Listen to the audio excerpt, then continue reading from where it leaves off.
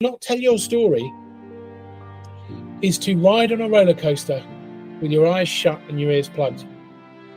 And I think that's an awful waste of an opportunity. Hello everyone, I'm Mark Tuxford and welcome to my podcast, People Behind Brands. Brought to you by Making Websites Better. In each episode, I'm joined by an inspirational guest to hear more about their individual life lessons and how it shaped them into who they are today. To never miss an episode, subscribe to our exclusive content now and follow us on our social media platforms. People Behind Brands, life lessons from the world of business. Introducing the inspirational Tepper. The man behind TepFu and Lazy Marketing Academy, Al presents a fascinating outlook on life throughout our chat. Al's best friend is his diary. Don't squander your time, make the most of it and embrace it, he said. Don't worry about tomorrow, zoom out the problem, remember who we are and what we are. This is an outlook born out of a harrowing time in Al's life, where his young son struggled with his mental health and sadly contemplating his own life at just 13 years of age as the best way out. Something that no parent wishes or even considers happening to them, least of all Al and his wife, who sacrificed their life and careers to ensure their son is once again happy. These are real stories from real people. Al admits he owes his life to his family and makes sure that he is present enjoying the good times once more, helped by his business focus and a healthy work-life balance. Al, welcome to the show. How are you doing today? I'm all right. I'm very good. How are you? Good. Yeah, not too bad, thanks. Good to have you. Where are you joining us from today? Hertfordshire. Nice. Yeah, we're not too far from there. We've got an office in Ware in Hertfordshire, so not too far. Nice. So today we welcome Al Tepper from his business TepFu, who specialise in marketing strategy sessions that help you surface and support your customer's journey, or via Al's Lazy Marketing Academy, ensuring you are supported to make the best operational decisions possible. Al is here to talk about all things business and how he helps his clients, in addition to giving us insight into his personal experiences and career to date. So, Al, perhaps you could tell us or tell our listeners where your services entail and how you help your clients. Well, first of all, thank you for having me here, and great podcast you put together, and I'm really honoured to be on it. For me, it's just about making marketing simple. Unfortunately, we work in a relatively unregulated industry, and as I'm sure you'll be aware, operating in marketing yourself, there are some great people, some great agencies, people who know what they're doing, people who've done it for a while, and then there are the other lot who just sort of smash around. Now, they need to earn a living, so fair play to them, but they smash around, cause loads of problems, and I find myself cleaning up a lot of messes. I dare say you probably have the same. Yeah. Where people have gone with someone cheap because they thought that was the right thing to do, and then they've come back to you cap in hand, sort of apologetically saying, all right, look, that didn't work, please don't brutally treat us, but can you help us? And so I just want to make marketing simple, because it gets overcomplicated by the wrong end of the market. The wrong end of the market love baffling the client. They love keeping the client. And I'm working with a client at the moment, for example, who are working with a very unscrupulous web development agency who, frankly, are holding them to ransom for every little thing. And I cannot stand that. You're meant to be a partner for growth, not an obstacle for growth, right? And so I just want to make marketing simple. And I've been in marketing for so long that I see marketing code like Neo sees the Matrix. You know, I can feel it when it's right. I can feel it when it's wrong, having done it for so long. And so I just guide my clients through marketing as if they had a marketing director of 25 years experience. Yeah. And they love it because it makes it simple and achievable and attainable and digestible. I don't sort of blind them with the science and the stats and the acronyms. I just try and really break it down. And I think most business owners appreciate that. They just want to be, a bit of an honest conversation, honest potential opportunities, actions ahead, and then someone holding their hand or pointing them at least in the right direction while they're doing it. And that's fundamentally what I do. Yeah, I completely agree. I mean, we've had clients like that who've come to us because they've been sort of dissatisfied with their previous provider.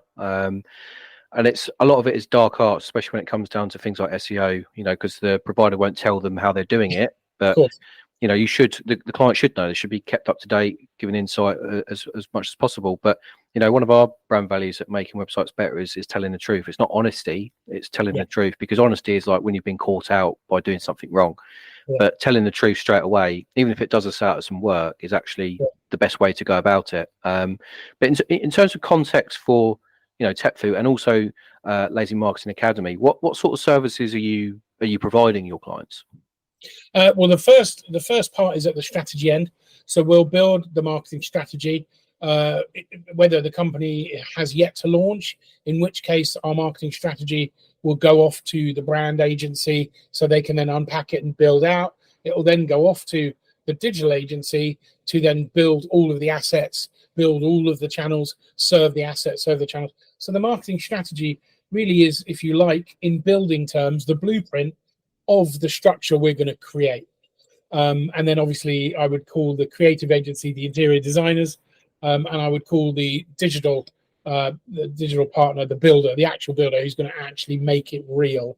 And what that does is it gives business owners great confidence and clarity of who they are, what they're about, who they talk to, why they care, and how we're going to inspire those people to take action, because ultimately that's what it's all about. Brand helps people know how to feel about a business, but marketing tells you what the next step is. Yes. And it breaks down really beautifully. So strategy for me is the beginning, and obviously that can be quite a heavy lift depending on the size of the organization. I've had large legal clients with multiple sub brands under the umbrella. We built out strategy overall for brand, and then compartmentalized strategies for the individual P&Ls. Or it could just be somebody's launching their business on their own. They're going out on their own. They've got a great business plan. They need to have a sense of what it is they're selling, because I can't create that for them. If they know what their business is and they say to me, well, look, how am I going to go to market? Brilliant. We can build that strategy for them. And then once that's done, it's execution time, isn't it? And so then we hold the business owner's hand. Essentially, we are like their marketing director, but you don't have to pay us for a full-time job. That's the good news. And that starts, and every time I say this, people are always blown away. The pricing there starts at just £48 and 88p a month. And the reason we do that, to be honest, Mark, is because we don't want anyone left behind. We don't want anyone without good marketing advice.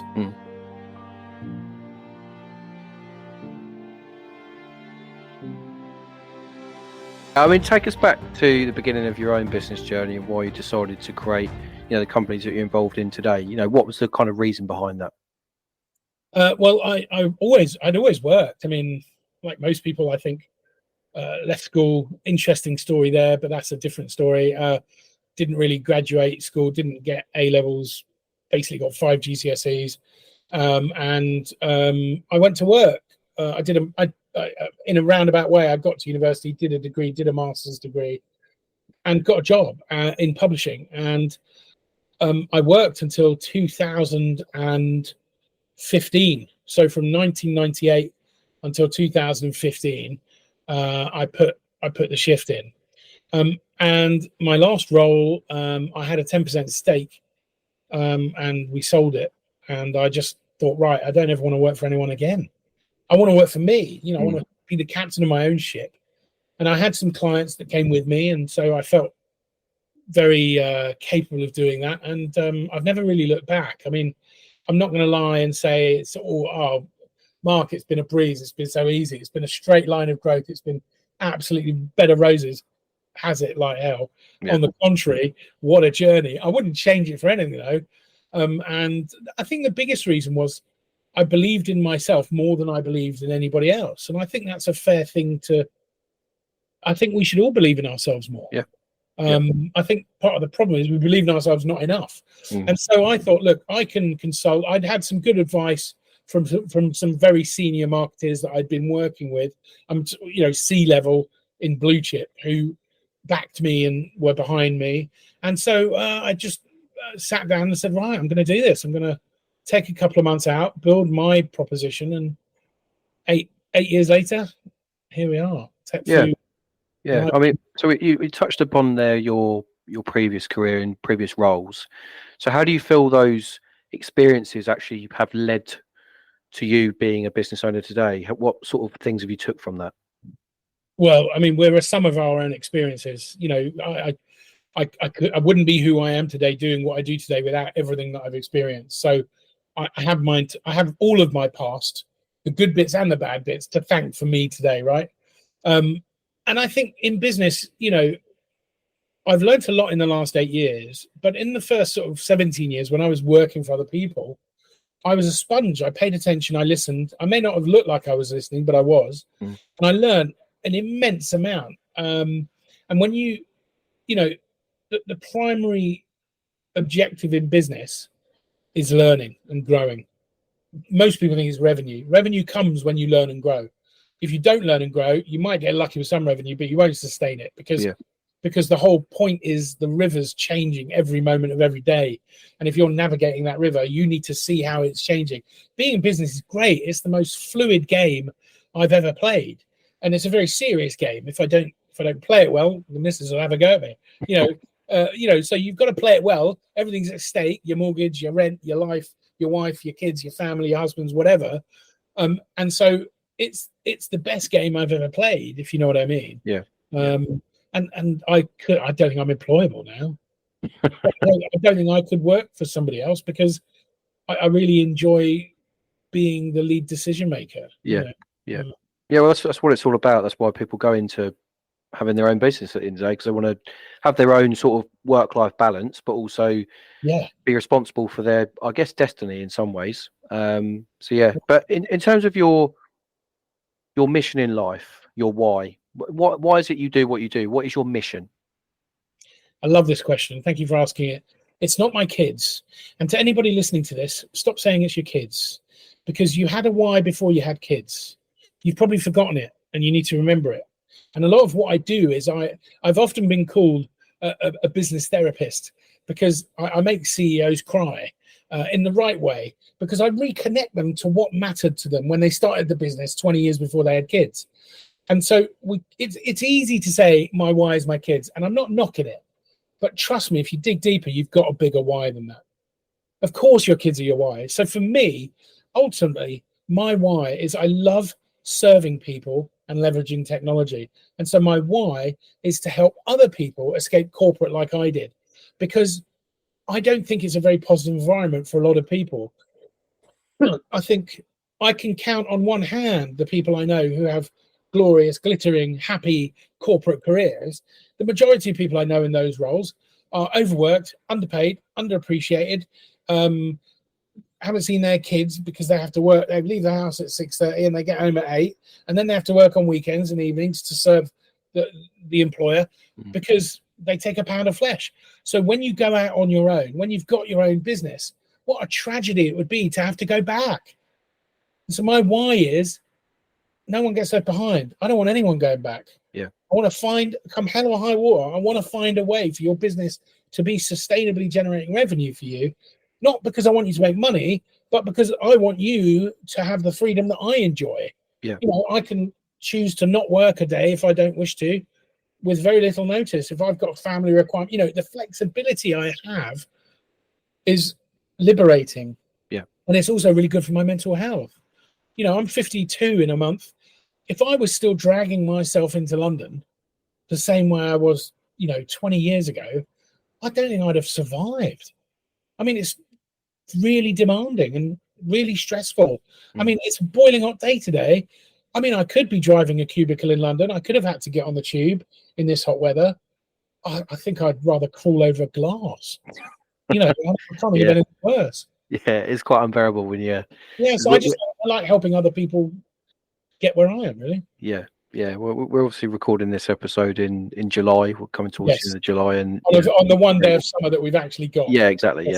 Yeah. So it's unbearable being in London. So but as we come onto your personal journey now, our podcast is founded upon honesty and how testing signs have impacted our lives. So away from that sort of business topic, can you tell us about a challenging time in your life that made you who you are today?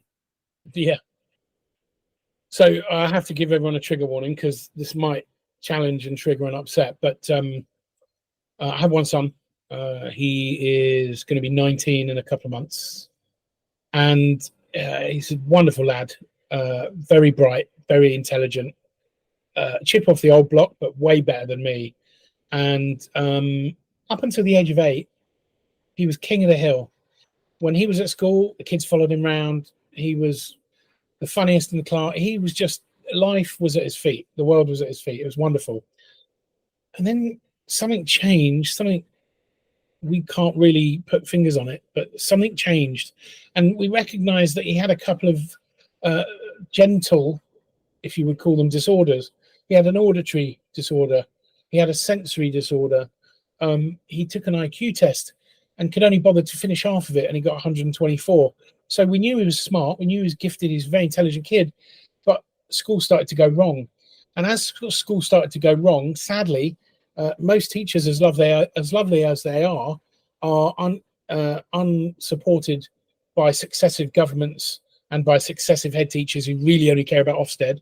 And so the teachers are pulled apart, and they can't really care for the kids the way they'd like to. And so he started to go off a cliff, and the school wasn't there to catch him. And we were there, but what do we know? We're just mum and dad, right? Mm. And so age 13, this all culminated in him refusing to go to school, melting down every day, having a horrible time, people, physically abusing him and mentally and emotionally abusing him, and no one doing anything about it. And it culminated with him at the age of 13 being in a very bad place. I came home, I can remember this like it was a minute ago. I came home, I looked up the stairs, the missus was in the bathroom, as if she was on her knees, as if she was cleaning one of the dogs in the bath, kind of like leaning into the bath.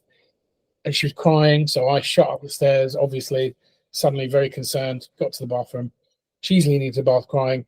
He's fully clothed in an empty bath, in a fetal position, and he's crying, and he says to me, I said, guys, what's going on? He said, Daddy, I don't want to be here anymore. Now, nobody told me when I was becoming a parent that was a viable possibility ever. The thought had never occurred to me. But all of a sudden, here I am with a 13-year-old son who wants to kill himself. He doesn't want to be here anymore. He's had enough. And time stops. I couldn't forget that moment, day, week, month, year if I tried. It's just so indelibly marked on me. And so it was also a wonderful moment, because that's when the pain really surfaced and we were able to start doing something about it. And he is very blessed to have the mum and dad he has. And I was working for myself, so I immediately repointed everything in my life, because suddenly he was the most important thing before that. Yeah. But now he was really the most important thing. And my missus is a Reiki master, a complementary therapist, so she turned her work, her skills, and we both turned everything we did to healing him and helping him. And so I'm pleased to say 5-6 years later, he's all right. He's okay.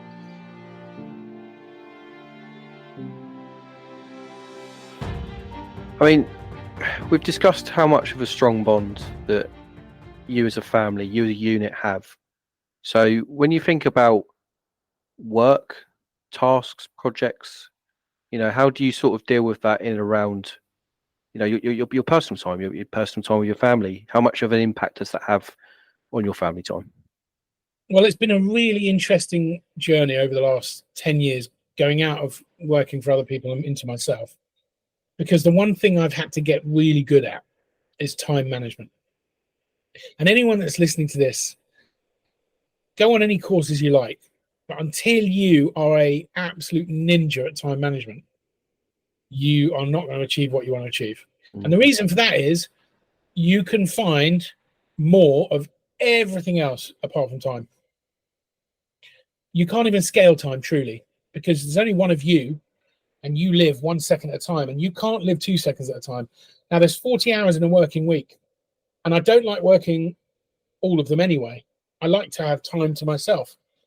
So I don't want to work solidly 40 hours or 48 hours, even worse. So that means you've got 40 hours a week maximum to do everything you need to do. So you need clarity of what needs to be done, and then you need to manage your diary better than probably anything else you manage in your life. It is the beginning and end of my day. If I don't get 7 to 8 hours sleep, I'm going to have a rubbish day. So before my work day even starts, if I do not get 7 to 8 hours sleep, tomorrow's not going to be optimal. So the first thing I have to do is make sure I've got that factored in. And when am I going to have my morning meal? And have I planned it? Do I know what it is? Because if I leave it to chance, it could be the wrong meal. Yeah. What am I doing from 8, 9, 10 onwards throughout the day? And by the way, lunch is scheduled in every day because I'm such a natural workaholic. If I don't schedule lunch in, I'll forget about it. And then I'll eat badly in a rush at 3 o'clock. And we've all done it, right?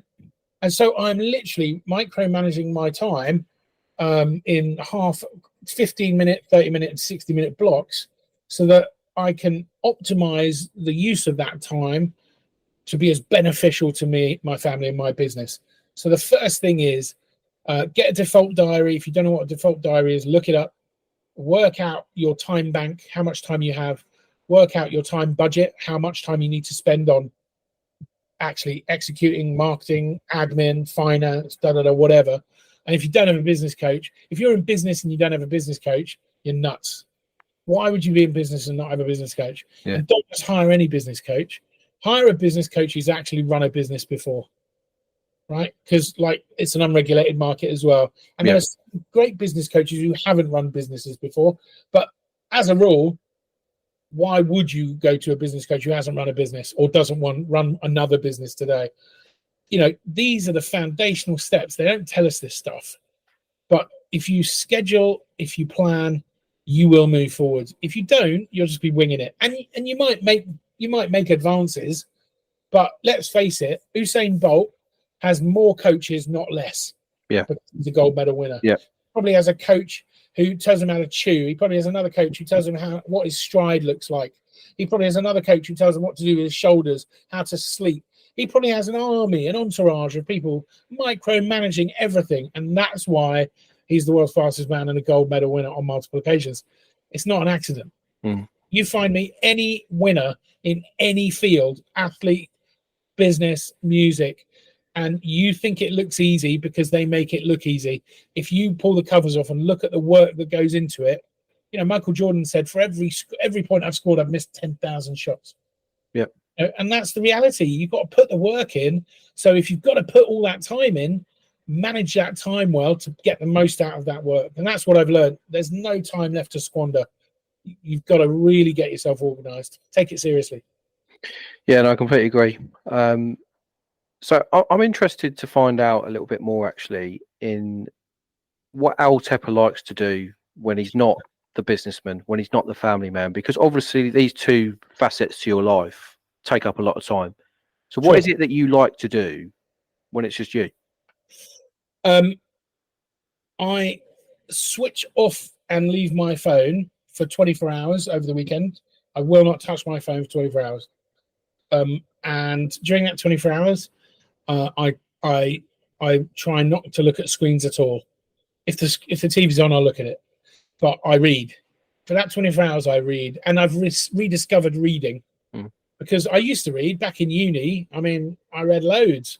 I remember reading 14 Terry Pratchett Discworld books on a holiday over 2 weeks. I literally read one a day. I mean, I was like a reading machine. And then as I got older, I stopped because reading put me to sleep.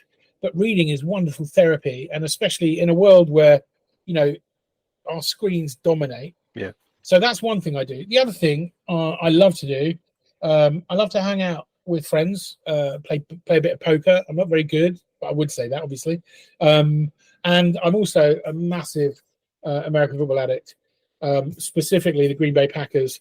And I'm also an American football coach, although I don't coach much, but I am actually a coach in the UK. And I'm really pleased to still be involved in the game. And what else do I do? I like to cook. I like to cook healthy food for the family when I put it in my diary to do so. Love to watch films with the family, and really focused. Right now, my obsession is how many steps I'm taking a day. It's an absolute addiction. So the rest of my time is health, mental health, and joy. Things that bring me joy. Yeah, I think it's a great outlook to look on life, really. So as you know, we had a recent fellow podcast guest come on previously last few weeks. So it's a mutual connection of yours, someone who recommended that you actually come on this podcast, and that person is obviously Leo Scarborough. So he's obviously opened up about his story as well. So why do you feel it's important to share your own story, and what do you hope people take from this? We've got to zoom out a bit to answer this. The cells that make up your body, the minerals, the elements that have come together to make up your body, have been rolling around this universe for more time than we can even count. And in an incredible moment of intention and luck and chance and just pure fortune, a ton of that matter has come together to give us Mark Tuxford. Yep. And Mark Tuxford wakes up every day, like most human beings, worrying about, will I have enough money? What will everyone think of me? Did I do a good job? All the things that, just roll around our head. And it's all complete BS. None of it matters. My son said to me about a year ago, I was really stressed about something. And he said, you do realize, Dad, that 1 million miles away in deep space, that doesn't matter. So we've got to zoom out. What we tend to do is zoom into the problem and make it worse. Yeah. We've got to zoom out. We've got to remember who we are and what we are. And then you've got to remember that there is literally, in the history of humanity, they think there's been about 16 billion humans over time. Or no, was it 60 billion? Something like that. But there could only ever be one Mark Tuxford. So why wouldn't you tell your story? Yeah. Your story is yours. There is no one else who's going to have your story. So it's your duty to tell it, because other people will hear it and they might resonate with it and it might help them. So to not tell your story is to ride on a roller coaster with your eyes shut and your ears plugged. And I think that's an awful waste of an opportunity. Yeah. Yeah, it's quite a refreshing outlook, actually, when you consider what life is, I suppose. So yeah, I do agree with that. And that's, that's one of the reasons why we've had this podcast, is that, you can have other podcasts out there. There are other podcasts, by the way, but, you have a lot of celebrity guests on there, well-known people that will open up about their story. But when am I going to go on that? When are you going to go on that? Absolutely. They haven't got that opportunity to do that. So I'm interviewing people that are just everyday people, but everyone, as you say, has got a story to tell. And that's the most important thing. And if that helps somebody, if that empowers somebody, job done. Do you know what I mean? Absolutely. And you've got to be brave as well. It takes work to tell a story. And some of us start from a less privileged position when it comes to storytelling. Some of us are not empowered to tell stories. But if you don't tell your story, you'll never know what might have been. You'll never know. 100% of the time, people don't hear something you didn't say. Yep. And so if you don't tell it, no one's going to hear it. But if you take a deep breath, and you tell your story, all bets are on. You just don't know what's going to happen next. Yeah, well, so far we've had a very, very powerful episode from Al here, but what could be more powerful is the trivia section, depending on what Al gives in terms of his answers. So this is a section where we find out a little bit more about you, your favourite things in life, in a quick fire round. So first question, Al, is favourite food. This is definitely the most stressful bit. Favourite food, black cherry cheesecake. Oh, nice. Yeah, that is a good one, isn't it? Yeah. Favourite alcoholic beverage? It's got to be Jack Daniels. Yeah. I could go in a few directions, but I think Jack Daniels is where my heart lies these days. So what would you have it with, though? A JD and what? Well, that depends on the mood I'm in, and it depends what Jack it is. If it's Silver Select, if it was single barrel, you might not mix it. But just on a normal day, you can't go wrong with a JD and Coke. I particularly like the Tennessee Honey, but actually, I'm going to change my answer. It's Jim Beam Black Stag, because that's Jim Beam Black Cherry. I'm a bit of a black cherry fan. Yeah. Jim Beam Black Stag is the black cherry version. That with Coke is fire. It's absolute fire. If you put that near me, hide the bottle, because I'm gonna just want to drink it all night. It's that kind of drink, especially on a nice hot summer's evening. Oh, it's making me thirsty. Yeah, you'll have one of those tonight. Yeah. I might do. Favorite band or artist from the world of music? Oh, I mean, this one's a tough one to answer. It depends what day you ask me. I think at the moment, I only just through my son. My son's really musical, so he listens to tons of music. And at the moment, and I never knew them when they were big, and I never knew them before Chester Bennington sadly took his own life. But Linkin Park's really like working for me. I'm loving the new stuff that Eminem's put out, the diss track, and the references to P. Diddy. I mean, the lyrics of Eminem are just ridiculous. I love Frank Sinatra, but right now, what gets me jumping is Linkin Park. Yeah, okay. That's the first one that we've had is a Linkin Park. So yeah, fair enough. Favorite TV program or film? Has to be Interstellar. Second place would be Contact. I love space. I love thinking about the zoomed out picture and about our role in the universe. So Interstellar's beautiful. And spoiler alert, it's all about how the only thing that can travel through time is love. Yeah, that's true. That's true. It is. Yeah. Favorite place in the world? Wherever my son is. If Yeah. I'm honest, I'm addicted to him because the possibility of losing him is very real. We're very lucky. He spends a lot of time with us, and he's going to find his feet and go out in the world soon. So I'm just as much time. There's not many parents out there get to spend lots of time with their 18-year-old sons. So wherever he is right now is where I'm happy. Yeah, makes sense. Favorite famous person? Yeah, this one was a tricky one. It depends on the mood, but right now, I think someone I'm really just loving all round at the moment is Dwayne "The Rock" Johnson, because I think he's just an all round. He's got to be the number one bloke on the planet. I just think he's smashing it every direction. Yeah. He's very talented. Whether he's an actor or wrestling, whatever it might be, he's I think he's a very underrated human. I think he's a nice bloke because I think he's got real values. And I just feel like I'd love to meet him. I mean, he's an incredible human. I mean, it's not to say he's the deepest, but it's not about that. It's just he's my favourite right now. Yeah. Biggest pet peeve? Biggest pet peeve. I don't suffer fools gladly, but I do afford fools the excuse that they're fools. So what I can't really tolerate is willful ignorance. People who purposefully just don't care and they're just kind of like smashing around. A bit like if you're old enough to remember, Vivian in The Young Ones, the punk in The Young Ones. Sort of smashes around anarchically, causing trouble. I can't stand that because it's irresponsible and you're lighting fires and you don't know what they're gonna burn. So people who are intentional I love. People who are unintentional less so. Favorite memory of your life? The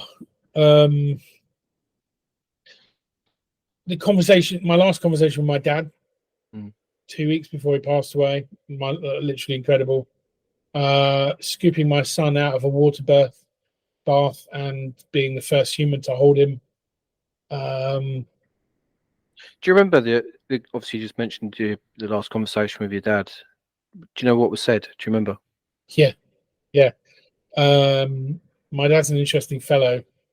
Was a refugee to this country, having fled the Nazis during World War II, lost all his family. So he was an older dad. He was 46 when he had me.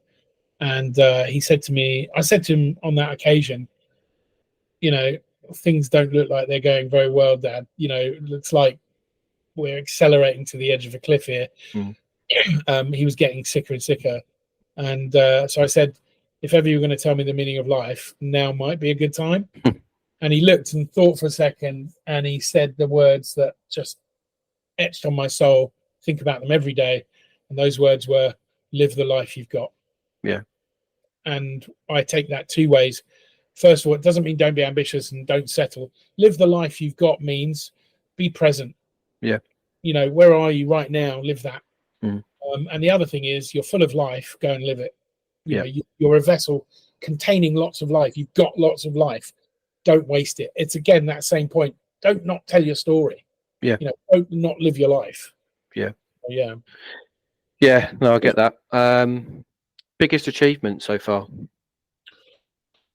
Well, my son being here obviously outstrips anything I've ever done professionally. So just being able to reparent him in a different way and adapt to that as a parent, whilst keeping the home going, whilst working with my wife to make sure everything worked. I there may be other things that other people might say are great achievements, but I genuinely think for me, that's the one I'm most grateful for. Yeah, it makes sense. What would you say inspires you on a daily basis? I often think of my dad because his childhood was destroyed, and went through incredible, awful, unsurvivable years. And so whenever I find myself up against a challenge, I take a deep breath, I think of him, and I just remember that no matter how bad life gets, if you're having a bad day, feel like the world is on top of you. It's not to minimize my pain, and it's not to minimize anyone else's pain, but you have to find the gratitude for the luck you have. It doesn't matter how bad it gets for me. The old saying, there's always someone worse off.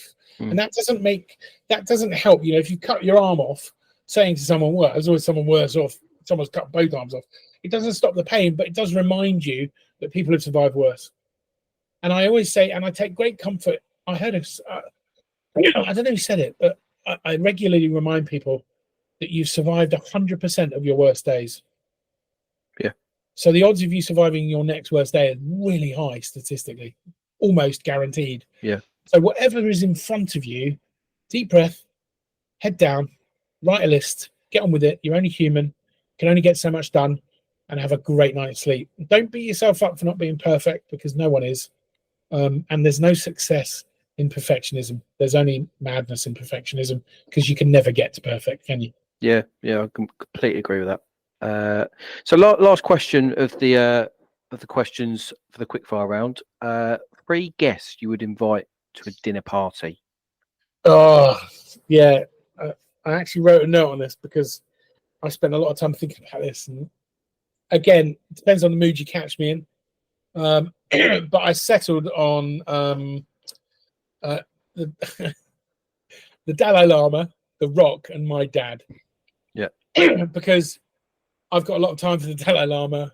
I obviously would love The Rock to frankly adopt me, although it's probably a bit late. And I'd love to see the old man again. And he was a wise, deep thinking bloke. And because of his life experiences, he was very profound. And the 3 of them together would be what an amazing it would just be phenomenal. So yeah. I think that's good. Sounds like a good party. Look, Al, I'd say it's been a pleasure, but for me, actually, it's been quite inspirational. It's actually been quite powerful. So hopefully the listeners will also see that as well, or listen to it. But yeah, thank you for today's episode, and I hope you've enjoyed it as much as I have. But to finish this off, perhaps you'd like to tell everyone where they can find you, whether that be on LinkedIn, website, etc. Well, luckily my name is a bit weird. There's only one Al Tepper. If you type Al Tepper into Google, I pretty much own the first page without even trying, just by being me. Definitely find me on LinkedIn, but I've got a free marketing mastery scorecard. It's totally free. There's no catch. There's no hard sell. Marketingmasteryscore.com. Marketingmasteryscore.com. And if you're in business, you need to be the marketing leader for your business as well. So good luck, and I'm here to help if you need it. Yeah, thank you very much, Al. So that's it for this episode of People Behind Brands.